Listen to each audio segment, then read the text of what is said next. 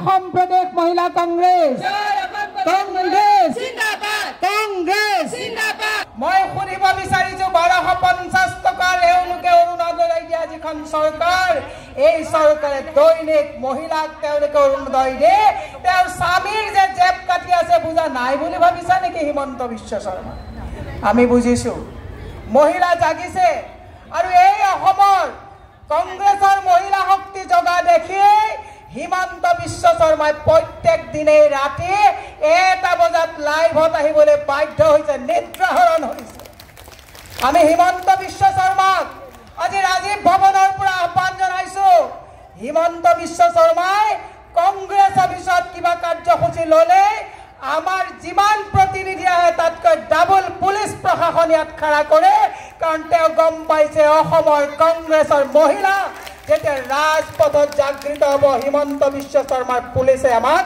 বাধা দি ৰাখিব নোৱাৰিব আপোনালোকে আমাৰ দলত লাগি থকাটো অত্যন্ত আপোনালোকৰ কৃতজ্ঞতাৰ পাত্ৰ কিন্তু এনেকৈ যদি আমি লাগি থাকোঁ নিশ্চয় আমি পৰিৱৰ্তন আনিব পাৰিম আৰু কংগ্ৰেছ দল এনেকুৱা এটা দল যি দলে সদায় মহিলাক আগস্থান দিয়ে ওমেন্স ৰিজাৰ্ভেশ্যন বিলখন যেহেতু ইতিমধ্যে এখন আইন হৈ গৈছে আইনখন বিজেপি গভৰ্ণমেণ্টে ইমপ্লিমেণ্ট কৰিব লাগে কিন্তু অতি দুৰ্ভাগ্যজনকভাৱে এই আইনখনৰ সুবিধা যাতে মহিলাসকলে নাপায় এই আইনখনৰ দ্বাৰা যাতে মহিলাসকল এম্পাৱাৰ্ড নহয় তাৰ কাৰণে আইনখন এটা বিধি পথালি দি থৈছে যে এই আইনখন তেতিয়াহে কাৰ্যকৰী হ'ব যেতিয়া ৰাষ্ট্ৰীয় পৰ্যায়ত ডিলিমিটেশ্যন হ'ব ৰাষ্ট্ৰীয় পৰ্যায়ত সেন্সাস হ'ব তো আমি চৰকাৰক ক'ব বিচাৰিছোঁ যে আপোনালোকে 2021ৰ সেন্সাস কৰিবই পৰা নাই আৰু 2031ৰ সেন্সাসৰ পিছত যদি এইখন কাৰ্যকৰী কৰিবলৈ যায় তেতিয়াহ'লে আনাদাৰ 10 to 15 ইয়াৰ্ছলৈ এইটো গুচি যাব সেইকাৰণে আমি চৰকাৰক কৈছোঁ যে আপোনালোকৰ এই মহিলাৰ প্ৰতি যে আপোনালোকৰ অৱজ্ঞা মহিলাৰ প্ৰতি যে আপোনালোকৰ কোনো সদিচ্ছা নাই মহিলা সবলীকৰণৰ কাৰণে যদি আপোনালোকে আন্তৰিকতা কাম নকৰে এইটোৱে প্ৰমাণ যে এই আইনখন আপোনালোকে কাৰ্যকৰী কৰিব বিচৰা নাই আমি মহিলা কংগ্ৰেছে আজি এই কাৰ্যসূচীৰ জৰিয়তে আমি এই আইনখন ইমিডিয়েটলি আজিৰ পৰা এইটো লাগু হোৱাটো আমি বিচাৰিছোঁ পাৰ্লিয়ামেণ্টত আৰু এছেম্বলিত যাতে 33% মহিলাই ৰিপ্ৰেজেণ্ট কৰিব পাৰে ৰাইজৰ হৈ মাত মাতিব পাৰে ৰাইজৰ কাম কৰিব পাৰে অৰুণোদয় দি কিবা দি তেওঁলোকে অকল ভোট পোৱাৰ কাৰণে এটা বেনিফিচিয়াৰীহে সৃষ্টি কৰিছে কাৰণ আজি অৰুণোদয় পাইছে কেইজনী মানে সকলো মহিলাইতো অৰুণোদয় পোৱা নাই সেইকাৰণে আমি কৈছোঁ যে আমাক বেনিফিচিয়াৰী নহয় আমাক ক্ষমতা লাগে আমাক এম্পাৱাৰমেণ্ট লাগে আমি বেনিফিচিয়াৰী হৈ থাকিব বিচৰা নাই আমাক মহিলাসকলক সুযোগ দিয়ক যাতে আমি ৰাইজৰ সমস্যাখিনি আমি সঠিকভাৱে পাৰ্লিয়ামেণ্টত আৰু বিধানসভাত যাতে উত্থাপন কৰিব পাৰোঁ তাৰ কাৰণে আমাক 33% এখন ইয়াক ইমিডিয়েটলি ইমপ্লিমেণ্ট কৰক কাৰ্যকৰী কৰক নাৰী শক্তি বুদ্ধি আৰু লক্ষ্মী এই তিনিটা শক্তিক তেওঁলোকে যিটো ভুল অন্ধিত কৰিছে আজি প্ৰতিজ্ঞা লওক যে অহা 26ত আৰু আগন্তুক পঞ্চায়ত নিৰ্বাচনত কাউন্সিল নিৰ্বাচনত যাতে মহিলাক টোপ দি ভুৱা প্ৰলোভনেৰে মহিলাক যাতে হাৰাশাস্তি কৰিব নোৱাৰে তাৰ কাৰণে আমি কঁকালত টঙালি বান্ধিব লাগিব নাৰী ন্যায় আন্দোলন মই শপত লওঁ যে মহিলা সংৰক্ষণ আইন দেশৰ সকলো পৰ্যায়ৰ নিৰ্বাচনত সকলো পৰ্যায়ৰ প্ৰক্ৰিয়াত তৎকালীনভাৱে কাৰ্যকৰী কৰা এইদৰে বলিষ্ঠভাৱে প্ৰতিবাদ সাব্যস্ত কৰি যাম প্ৰতিনিধিত্ব সাপ্তাহিক মূল্য বৃদ্ধিৰ বিৰুদ্ধে মই আন্দোলন চলাই যাম প্ৰতিবাদ নকৰাকৈ চুপ নাথাকো মহিলা শিশুৰ ওপৰত সংঘটিত হোৱা অপৰাধৰ বিৰুদ্ধে এইদৰে নিৰন্তৰ প্ৰতিবাদ কৰি যাম অসাংবিধানিক ঘৃণনীয় কাৰ্যকলাপৰ বিৰুদ্ধে আমি ভয় নকৰি অগ্ৰণী ভূমিকাৰে অংশগ্ৰহণ কৰিম জয় আই অসম জয় হিন্দ আমাৰ এইটো অল ইণ্ডিয়া লেভেলত গোটেই ভাৰতবৰ্ষতে মহিলাৰ যিটো ন্যায্য প্ৰাপ্য দাবী 33% ৰিজাৰ্ভেশ্যন বিলখন তেওঁলোকে এক্টলৈ আনিলে, কিন্তু আমি দেখিলোঁ যোৱা লোকসভাতো তেওঁলোকে পাৰ্টিচিপেশ্যনৰ ক্ষেত্ৰত কিন্তু তেওঁলোকে বলবৎ কৰা নাই। যেতিয়ালৈকে 33% ৰিজাৰ্ভেশ্যন প্ৰত্যেকটো স্তৰতে মানে সেইটো আইন প্ৰণয়ন নকৰিব, তেতিয়ালৈকে আমাৰ এই দাবী প্ৰত্যেকটো পৰ্যায়ত আমি লৈ যাম।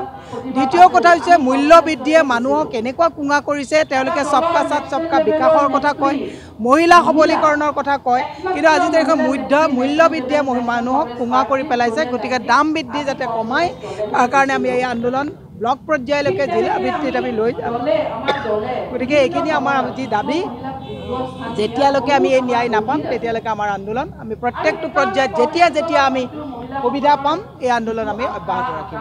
जब तक हम नारियों को 33% रिजर्वेशन लोकसभा में, स्टेट असेंबली में नहीं मिलेगा, ठीक है, तो आज से आप लोग उस क्रांति को लेकर आगे चलेंगे, चाहे वो 2029 हो जाए, 2030 हो जाए, 2031 हो जाए, 10 से या 20 साल लग जाए, लेकिन ये क्रांति को रुकने मत देना। तो इसी रिक्वेस्ट के साथ मैं आप सभी को यहाँ से, इस मंच से अलविदा कहती हूँ और मेरे यहाँ असम जो महिला कांग्रेस है उन सबको धन्यवाद देती हूँ। जिला से आए जितने भी महिला कांग्रेस के मेंबरान हैं उन सभी को धन्यवाद देती हूँ कि आप सब ने यहाँ आके नारी न्याय आंदोलन को और तेजी दे दिया है, और ज्यादा शक्ति दे दिया है। बहुत बहुत धन्यवाद। और इसी के साथ आप बोलेंगे महिला कांग्रेस, महिला कांग्रेस। हम लोग का जो ये नारी न्याय जो आंदोलन है, ये हमारा जो सर्वव्यापी जो भारत वर्ष में जो हो रहा है, आज असम प्रदेश महिला कांग्रेस के का नेतृत्व में हुआ। ये काल से हमारा हर डिस्ट्रिक्ट हर ब्लॉक में ये आंदोलन हम लोग जारी रखेंगे जब तक ये 33% महिला आरक्षण को बलवत्त किया नहीं जाएगा, तब तक हमारा ये धरना प्रदर्शन आंदोलन हमारा जारी रहेगा। और हमारा जो महंगाई जो अभी हम लोग को जो ये कर रहा है, तो महंगाई जब तक नहीं घटेगा तब तक हमारा ये आंदोलन कार्यसूची हम लोग बरकरार रखेंगे। मैं मीनाक्षी कुमारी शइकिया, मैं नगाँव एतिया चाওক আজি বৰ্তমান বিজেপি চৰকাৰ আপোনালোক সকলোৱে দেখি আছে, আমাৰ ওবিসি মহিলাসকল হওক বা অইন ক্ষেত্ৰত আমাৰ 30 কোনো ক্ষেত্ৰত আমাৰ অন্তৰ্ভুক্ত নকৰে। মহিলাসকল তেওঁলোকে এনেকুৱা ভাবে যে আমি বহুত পিছ পৰি আছো, বৰ্তমান ক্ষেত্ৰত কোনো ক্ষেত্ৰত তেওঁলোকে আমাক আগবাঢ়ি যাবলৈ নিদিয়ে। কিন্তু বৰ্তমান সময়ত আমি এইটো কাৰণে কৈছোঁ যে আমাক সংৰক্ষণ সকলো ক্ষেত্ৰতে লাগে, সকলো ক্ষেত্ৰত আমাক অন্তৰ্ভুক্ত কৰে। আৰু আজিকালি মূল্য বৃদ্ধি, বিশেষকৈ মূল্য বৃদ্ধি আপুনি চাওক, বজাৰলৈ যাওক আকাশলংঘী বস্তুৰ দাম।